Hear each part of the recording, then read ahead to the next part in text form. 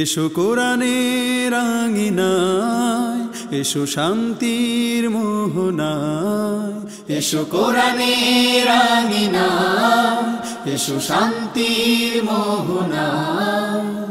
জীবনকে রাঙাতে, ফুলে ফুলে সাজাতে আল্লাহর প্রেম সুধা নিয়ে এলো পিএইচপি কোরআনের আলো, পিএইচপি কোরআনের আলো। আসসালামু আলাইকুম রহমতুল্লাহ।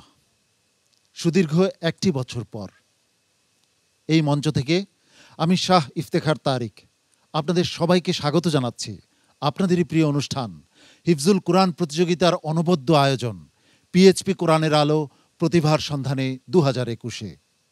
প্রিয় দর্শক, বিগত বছরটি আমরা সারা বিশ্বের মানুষ এক নজিরবিহীন দুর্যোগের মধ্য দিয়ে অতিক্রম করেছি। অনেক মানুষ আমাদের ছেড়ে বিদায় নিয়েছে। মহান রাব্বুল আলামিন আপনাকে আমাকে ভালো রেখেছেন, সুস্থ রেখেছেন। এজন্য মহান রাব্বুল আলামিনের দরবারে শুকরিয়া জানাই আলহামদুলিল্লাহ। মুসলিম তো সেই যে সুসময়ে এবং দুঃসময়ে মহান রাব্বুল আলামিনের প্রেরিত সংবিধান অনুসরণ করে। সেই সংবিধানের নাম আল কুরআনুল কারীম। আল কুরআনুল কারীমের তেলাওয়াতের অনুষ্ঠান, হিফজুল কোরআন প্রতিযোগিতার অনুষ্ঠান পিএইচপি কোরআনের আলো প্রতিভার সন্ধানে 2021-এর টাইটেল স্পন্সর হিসেবে রয়েছে পিএইচপি ফ্যামিলি। প্রিয় দর্শক, আমরা আল্লাহ রাব্বুল আলামিনের শুকরিয়া জ্ঞাপন করছি আরও একটি কারণে। একটি দুটি বছর নয়, দর্শক জনপ্রিয়তার শীর্ষে থেকে সারা বিশ্বের টেলিভিশন ভিত্তিক হিফজুল কোরআন প্রতিযোগিতার মধ্যে অনন্য নজির স্থাপনকারী এই অনুষ্ঠানটি আজ 13তম বর্ষে পদার্পণ করেছে। আমরা ধন্যবাদ জানাচ্ছি সম্মানিত স্পন্সরদের, কৃতজ্ঞতা জানাচ্ছি এনটিভি কর্তৃপক্ষকে এবং বিশেষ ভালোবাসা ও কৃতজ্ঞতা জানাচ্ছি প্রিয় দর্শক আপনাদের, কারণ আপনারা এই অনুষ্ঠানের সঙ্গে ছিলেন, আছেন এবং থাকবেন এই প্রত্যাশা রাখছি। সম্মানিত বিচারক হিসেবে আমাদের মাঝে রয়েছেন জাতীয় মসজিদ বাইতুল মুকাররমের সম্মানিত সিনিয়র পেশ ইমাম মুফতি মিজানুর রহমান। আসসালামু আলাইকুম ওয়া রাহমাতুল্লাহি ওয়া বারাকাতুহু। কোরআনের আলো ফাউন্ডেশনের সম্মানিত চেয়ারম্যান, এই আয়োজন যার স্বপ্নপ্রসূত সেই হাফেজ মাওলানা আবু ইউসুফ। আসসালামু আলাইকুম ওয়া রাহমাতুল্লাহি ওয়া বারাকাতুহু। আন্তর্জাতিক পুরস্কার প্রাপ্ত কোরআনের আলো ফাউন্ডেশনের সম্মানিত সিনিয়র ভাইস চেয়ারম্যান জনাব হাফেজ কারি জহিরুল ইসলাম। আসসালামু আলাইকুম ওয়া রাহমাতুল্লাহি ওয়া বারাকাতুহু। বিশেষজ্ঞ বিচারক হিসেবে আমাদের মাঝে উপস্থিত রয়েছেন উস্তাদুল হুফাজুল কোরআন ফাউন্ডেশনের সম্মানিত চেয়ারম্যান, সারা বিশ্বে যার খ্যাতি ছড়িয়ে আছে জনাব হাফেজ আব্দুল হক। আসসালামু আলাইকুম ওয়া রাহমাতুল্লাহ। সম্মানিত অতিথি হিসেবে আমাদের মাঝে উপস্থিত রয়েছেন লেকভিউ জামে মসজিদ ফয়েজ লেক চট্টগ্রামের সম্মানিত খতিব মাওলানা নুরুল আমিন মাহদি। আসসালামু আলাইকুম ওয়া রাহমাতুল্লাহি ওয়া বারাকাতুহু। সম্মানিত অতিথি হিসেবে আমাদের মাঝে আরও উপস্থিত রয়েছেন আল আরফা ইসলামী ব্যাংক লিমিটেডের সম্মানিত সিনিয়র এক্সিকিউটিভ ভাইস প্রেসিডেন্ট ও জোনাল হেড চট্টগ্রাম জনাব মোহাম্মদ আজম। আসসালামু আলাইকুম ওয়া রাহমাতুল্লাহ।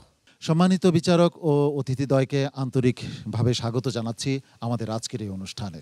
প্রতি বছরের মতো এবারও সারা দেশের হাজার হাজার প্রতিযোগী এক প্রতিযোগিতায় অবতীর্ণ হয়েছিল টেলিভিশন রাউন্ডে উঠে আসার জন্য। সবাইকে পেছনে ফেলে 38 জন প্রতিযোগী উঠে এসেছে টেলিভিশন রাউন্ডে। তাদেরকে 6টি গ্রুপে বিভক্ত করা হয়েছে। আজকের গ্রুপে রয়েছে 6 জন প্রতিযোগী। এই 6 প্রতিযোগীর মধ্যমণি হিসাবে, মেন্টর হিসাবে রয়েছে 2009 সালে এই মঞ্চ থেকে শীর্ষস্থান বিজয়ী দৃষ্টি প্রতিবন্ধী হাফেজ আশরাফুল ইসলাম, যে 2017 সালে ইরানে অনুষ্ঠিত আন্তর্জাতিক হিফজুল কোরআন প্রতিযোগিতায় 3য় স্থান অধিকার করেছিল। হাফেজ আশরাফুল ইসলামকে স্বাগত জানাচ্ছি। আসসালামু আলাইকুম। ওয়া আলাইকুম আসসালাম ওয়া রাহমাতুল্লাহি ওয়া বারাকাতুহু। আজকের পর্বের প্রথম প্রতিযোগী হিসেবে মঞ্চে ডেকে নিচ্ছি যাকে, ছোট্ট প্রতিযোগী, হবিগঞ্জের প্রতিযোগী বাশির আহমদ। হাফেজ বাশির আহমদকে ডাকছি মঞ্চে। এসো শান্তির মোহনা, জীবনকে রাঙাতে। আসসালামু আলাইকুম ওয়া রাহমাতুল্লাহি ওয়া বারাকাতুহু। ওয়া আলাইকুম আসসালাম ওয়া রাহমাতুল্লাহি ওয়া বারাকাতুহু। বশির আহমদ, ভালো আছো তুমি? জি আলহামদুলিল্লাহ। আলহামদুলিল্লাহ। তো আজকে আমরা কোনো প্রশ্ন তোমাদের করব না, তোমাদের কাছ থেকে আমরা একটু তেলাওয়াত শুনব। আউযু বিল্লাহি মিনাশ শাইতানির রাজীম। بسم الله الرحمن الرحيم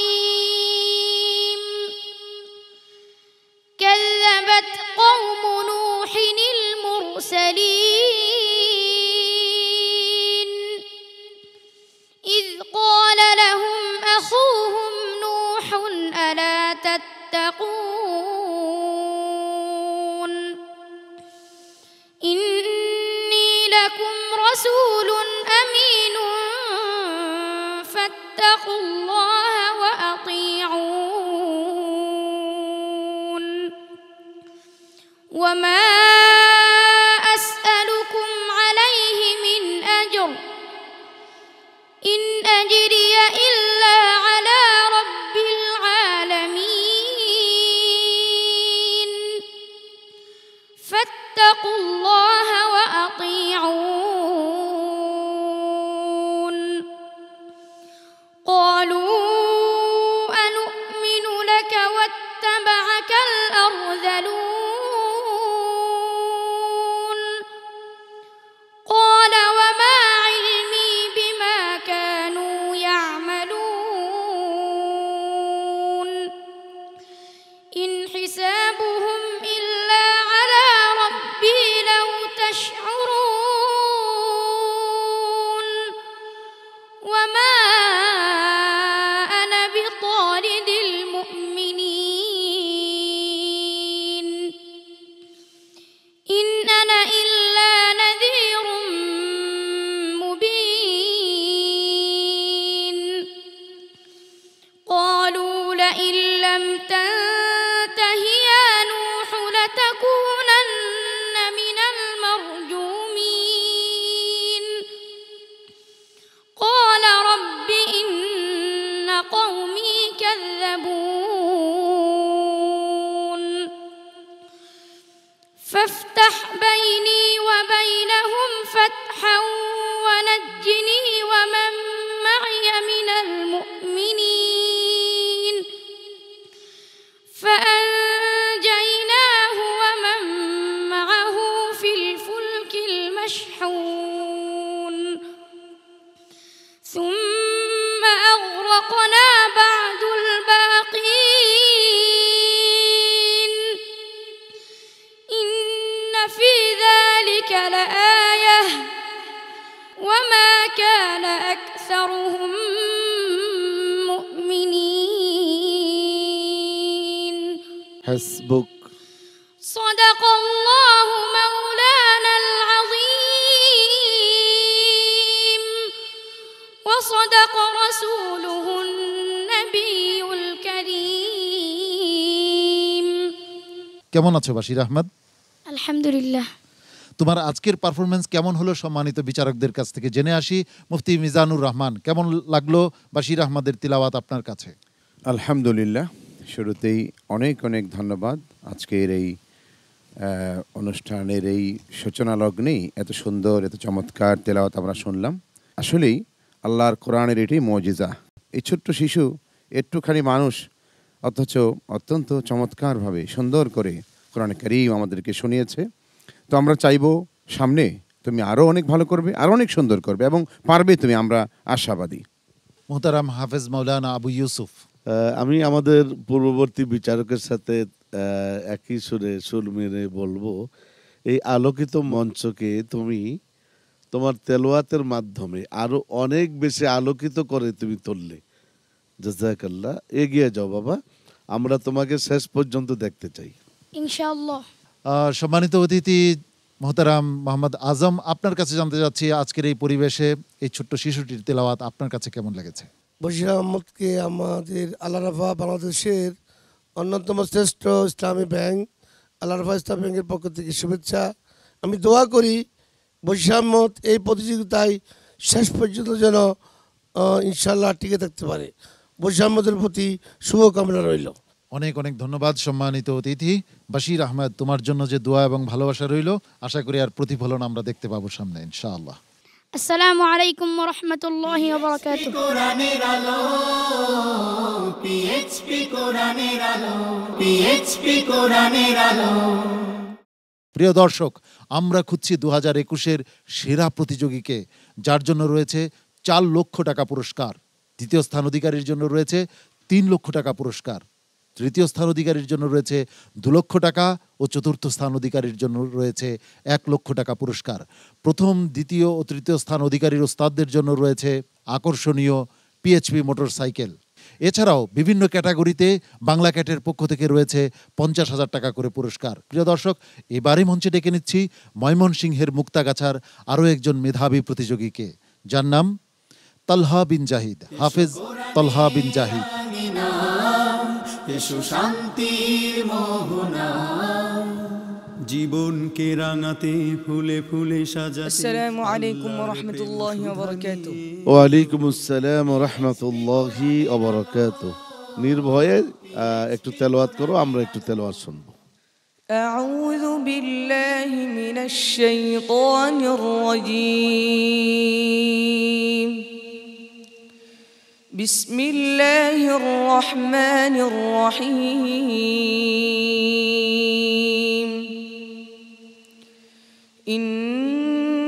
ইন্নাল্লাযীনা ফাররাকু দীনাহুম ওয়া কানু শিয়া'আন লাস্তা মিনহুম ফী শাই'। ইন্নামা আমরুহুম ইলাল্লাহি সুম্মা ইউনাব্বিউহুম বিমা কানু ইয়াফআলুন। من جاء بالحسنة فله 10 أمثالها ومن جاء بالسيئة فلا يجزى إلا مثلها وهم لا يظلمون. قل إنني هداني ربي إلى صراط مستقيم دينا قيما ملة إبراهيم حنيفا وما كان من المشركين.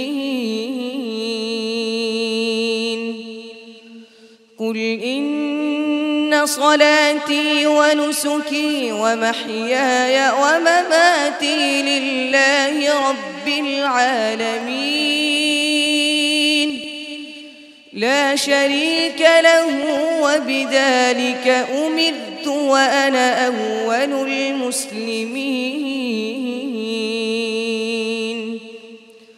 قل أغير الله أبغي ربا وهو رب كل شيء ولا تكسب كل نفس إلا عليها ولا تزر وازرة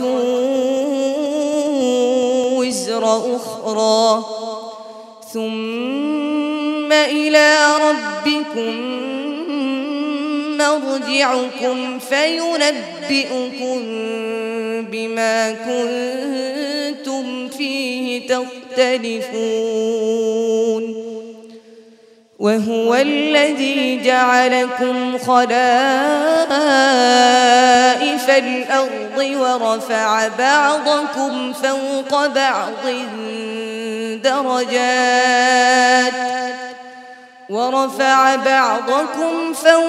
بعض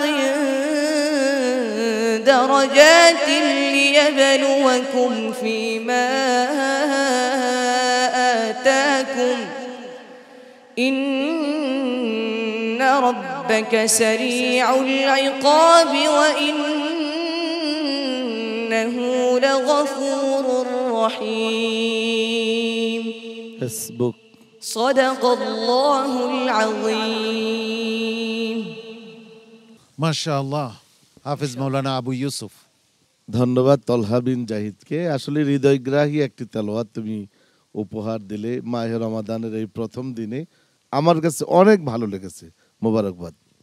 উস্তাদুল হুফাজ, আরও সতর্ক থাকতে হবে তাজবিদের ক্ষেত্রে, বিশেষ করে। আলহামদুলিল্লাহ সার্বিক মিলে খুব সুন্দর তেলাওয়াত হয়েছে, আল্লাহ শুকরিয়া। তলহা, ঘাবড়াবার কিছু নেই, আজ তো বিদায় নিচ্ছ না, আগামীকাল আরও চমৎকার পারফর্ম করবে এই প্রত্যাশা রইল। আসসালামু আলাইকুম ওয়া রাহমাতুল্লাহি ওয়া বারাকাতুহু।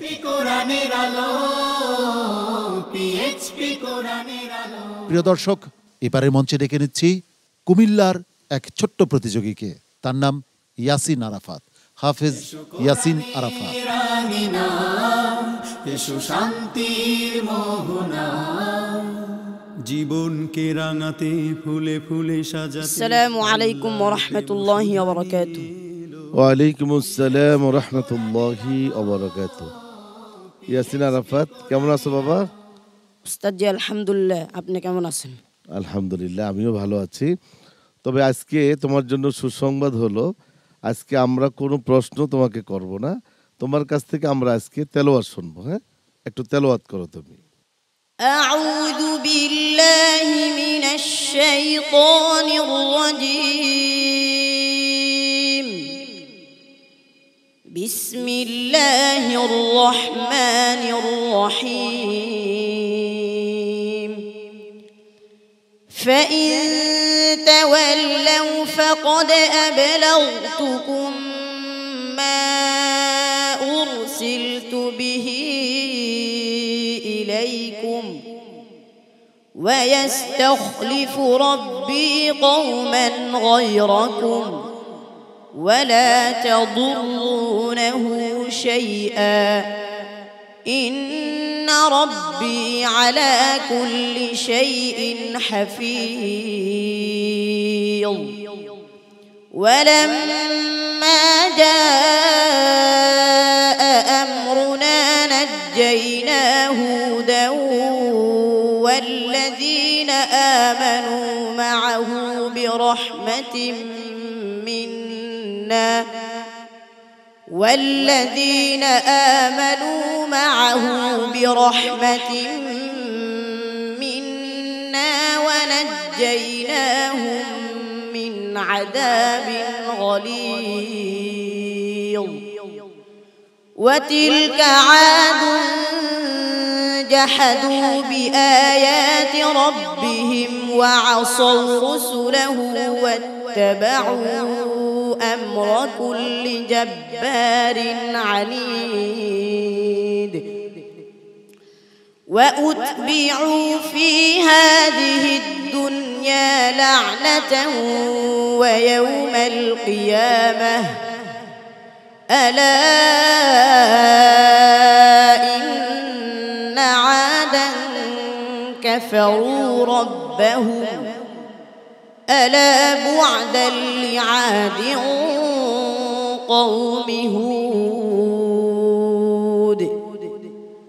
وإلى ثمود أخاهم صالحا قال يا قوم اعبدوا الله ما لكم من إله غيره هو أنشأكم من الأرض واستعمركم فيها فاستغفروه ثم توبوا إليه إن ربي قريب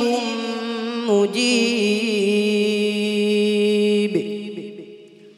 قالوا يا صالح قد كنت فينا مرجوا قبل هذا أتنهانا أن نعبد ما يعبد آباؤنا أتنهانا أن نعبد ما يعبد آباؤنا وإننا لفي شك مما تدعونا إليه مريب. حسبك.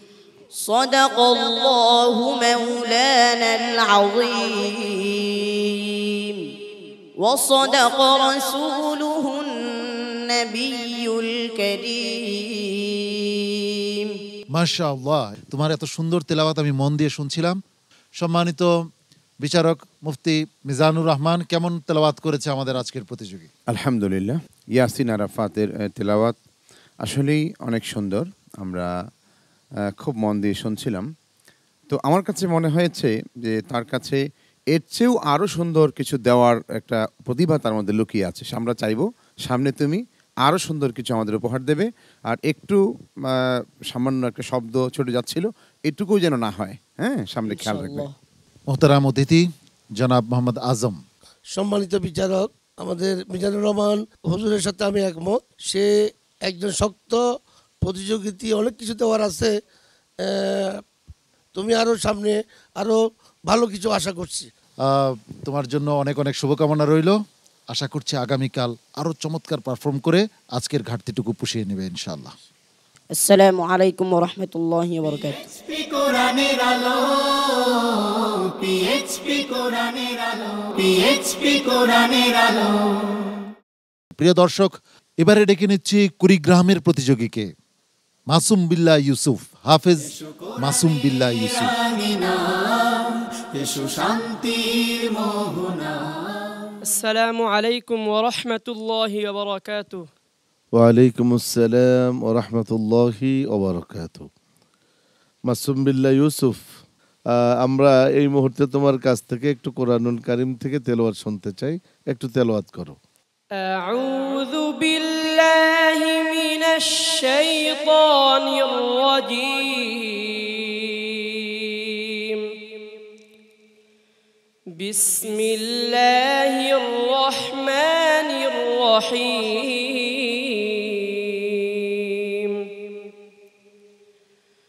ওয়া মিনান নাসি মান ইয়াত্তাখিযু মিন দুনিল্লাহি আনদাদান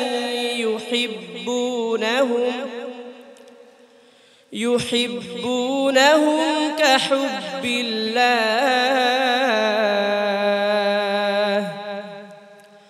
والذين آمنوا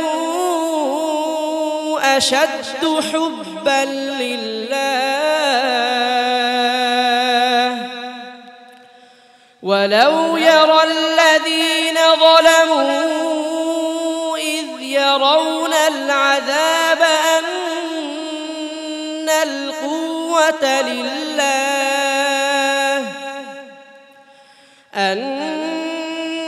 القوة لله وأن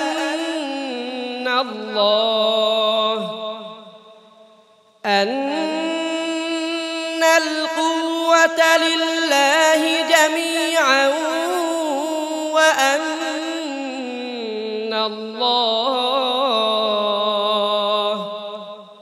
وأن الله شديد العذاب إذ تبرأ الذين اتبعوا من الذين اتبعوا ورأوا العذاب وتقطعت بهم الأسباب وقال الذين اتبعوا لو أن لنا كرة فنتبرأ منهم كما تبرأوا منا كذلك يريهم الله أعمالهم حسرات عليهم وما هم بخارجين من النار حسبك صدق الله العظيم وصدق رسوله النبي الكريم মাসুম বিল্লাহ ইউসুফ, তোমার চমৎকার তেলাওয়াত শুনছিলাম এবং মুগ্ধ হচ্ছিলাম। সম্মানিত বিচারক হাফেজ মাওলানা আবু ইউসুফ, আপনার নামে যার নাম তার আজকের পারফরমেন্স কেমন হয়েছে? ধন্যবাদ মাসুম বিল্লাহ ইউসুফ, ভালো তেলাওয়াত হয়েছে। তো আমরা তো আরো ভালো চাই। তারপর মাশাআল্লাহ খুব ভালো পারফরমেন্স তোমার। তবে সামনের পর্বে যদি যেতে হয় আরো অনেক সাধনা করতে হবে, মেহনত করতে হবে। ঠিক আছে, ধন্যবাদ। হাফেজ কারি জহিরুল ইসলাম, আমার মনে হচ্ছে যে প্রথম এই জাতীয় স্টেজে সে তেলাওয়াত করার সুযোগ পেয়েছে, একটু ভয় পেয়েছিল, যার কারণে একটি শব্দ ছুটে গিয়েছিল। তুমি চেষ্টা করো, তার চেয়ে আরো সুন্দর তেলাওয়াত তুমি করবে, আমি আশা করছি। উস্তাদুল হুফাজ, খুব সুন্দর তেলাওয়াত করেছে আলহামদুলিল্লাহ। তারপরও উত্তরবঙ্গ তো সর্বদিক থেকে একটু পিছনে, সেই জায়গা থেকে সে আজকের এই স্টেজে আসছে আলহামদুলিল্লাহ। আমরা তার জন্য দোয়া করি, খুব সুন্দর তেলাওয়াত উপহার দিয়েছে আমাদেরকে। সম্মানিত অতিথি মাওলানা নুরুল আমিন মাহদি, সম্মানিত বিজ্ঞ বিচারক বৃন্দের সাথে একমত পোষণ করে বলছি, তুমি আরেকটু যত্নবান হবে। তোমাকে আল্লাহ একটা সুন্দর কণ্ঠ দিয়েছেন, তো তুমি অনেক ভালো করতে পারবে। আমাদের সবার দোয়া রইল তোমার জন্য। মাসুম বিল্লাহ ইউসুফ, আগামীকাল আজকের ঘাটতি যদি কিছু হয়েই থাকে সেটা পুষিয়ে দেওয়ার চেষ্টা করবে, এই প্রত্যাশা রইল। আসসালামু আলাইকুম ওয়া রাহমাতুল্লাহি ওয়া বারাকাতুহু। এবারে মঞ্চে ডেকে নিচ্ছি ময়মনসিংহের আরো একজন মেধাবী প্রতিযোগীকে, যার নাম অলি আহাদ, হাফেজ অলি আহাদ। শান্তির মোহনা জীবনকে রাঙাতে। আসসালামু আলাইকুম ওয়া রাহমাতুল্লাহি ওয়া বারাকাতুহু। ওয়া আলাইকুম আসসালাম ওয়া রাহমাতুল্লাহি ওয়া বারাকাতুহু। অলি আহাদ একটু তেলাওয়াত করবে আজকে, আমরা তোমার কাছ থেকে একটু তেলাওয়াত শুনতে চাই। আউযু বিল্লাহি মিনাশ শাইতানির রাজীম। বিসমিল্লাহির রহমানির রহিম। ওয়ালাউ শি'না লারাফা'নাহু বিহা ওয়ালাকিন্নাহু আখলাদা ইলাল আরদ ولكنه أخلد إلى الأرض واتبع هواه فمثله كمثل الكلب إن تحمل عليه يلهث أو تتركه يلهث ذلك مثل القوم الذين كذبوا بآياتنا فاقصص القصص لعلهم يتفكرون ساء مثلا القوم الذين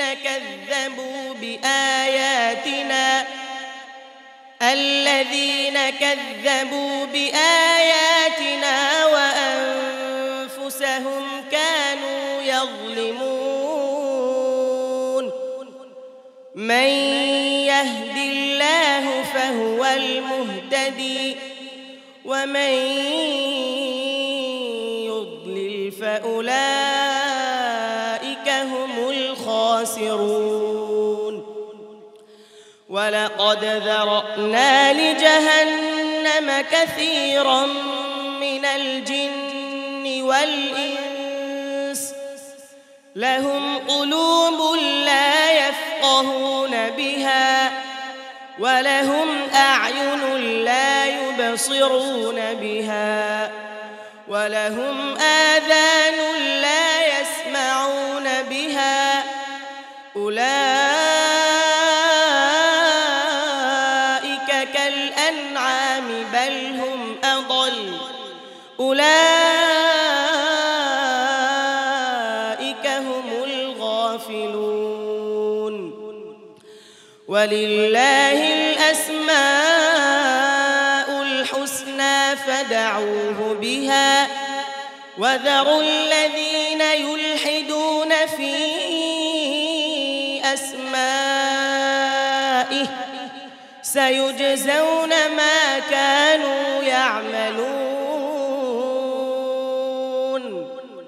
وممن خلقنا أمة يهدون بالحق وبه يعدلون والذين كذبوا بآياتنا سنستدرجهم من حيث لا يعلمون وأملي لهم إن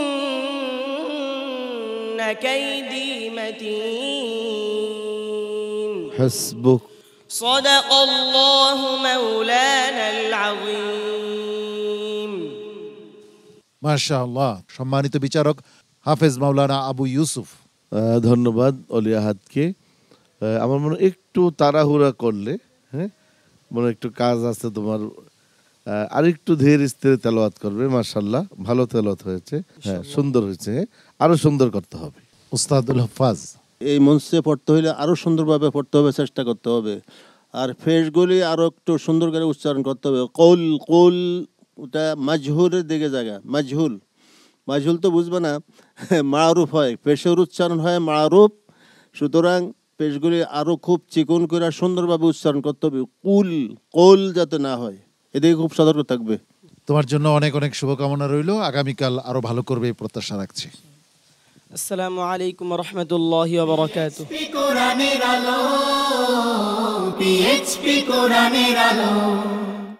প্রিয় দর্শক, এই অনুষ্ঠানের টাইটেল স্পন্সর হিসেবে রয়েছে পিএইচপি ফ্যামিলি, কো স্পন্সর হিসেবে রয়েছে আল আরাফা ইসলামী bank limited, smart active gold Mehedi, centre for জাকাত ম্যানেজমেন্ট, ইনফিনিটি মেগা মল, হুবার ও সেভয় আইসক্রিম। প্রিয় দর্শক, আমরা খুঁজছি 2021-এর সেরা প্রতিযোগীকে, যার জন্য রয়েছে 4 লক্ষ টাকা পুরস্কার। দ্বিতীয় স্থান অধিকারীর জন্য রয়েছে 3 লক্ষ টাকা পুরস্কার। তৃতীয় স্থান অধিকারীর জন্য রয়েছে 2 লক্ষ টাকা ও চতুর্থ স্থান অধিকারীর জন্য রয়েছে 1 লক্ষ টাকা পুরস্কার। প্রথম, দ্বিতীয় ও তৃতীয় স্থান অধিকারীর ওস্তাদদের জন্য রয়েছে আকর্ষণীয় পিএইচপি মোটরসাইকেল। এছাড়াও বিভিন্ন ক্যাটাগরিতে বাংলা ক্যাটের পক্ষ থেকে রয়েছে 50,000 টাকা করে পুরস্কার। সর্বশেষ প্রতিযোগী, আজকের পর্বের সর্বশেষ প্রতিযোগীকে মঞ্চে ডেকে নিচ্ছি। সিলেটের প্রতিযোগী মাশরাফি বিন আব্দুল বাসিত, হাফেজ মাশরাফি বিন আব্দুল বাসিত।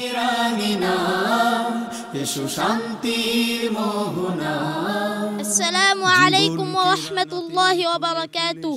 ওয়া আলাইকুম আসসালাম ওয়া রাহমাতুল্লাহি ওয়া বারাকাতুহু। মাশরাফি বিন আব্দুল বাসিত, তো আজকে একটু তেলাওয়াত শোনাবে আমাদেরকে, হ্যাঁ? আউযু বিল্লাহি মিনাশ শাইতানির রাজীম।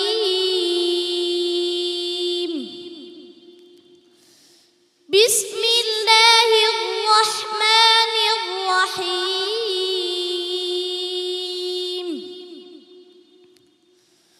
والذين كفروا بآيات الله ولقائه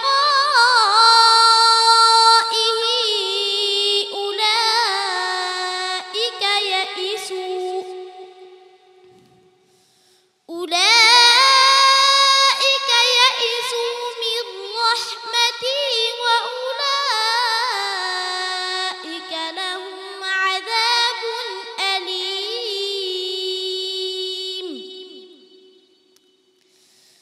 فما كان جواب قومه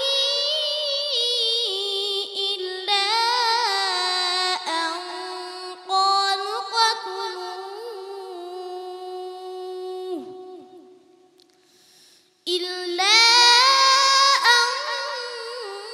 قالوا قتلوه أو حرقوه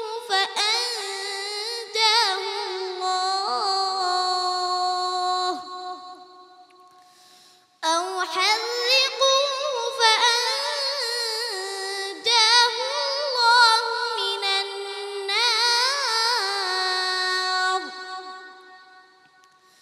إن في ذلك لآيات لقوم يؤمنون. وقال إنما اتخذتم من دون الله أوثانا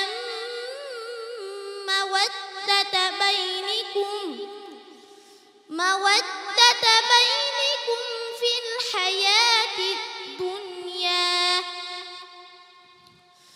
ثم يوم القيامة يكفر بعضكم بعض ويلعن بعضكم بعضا ومأواكم النار وما لكم من ناصرين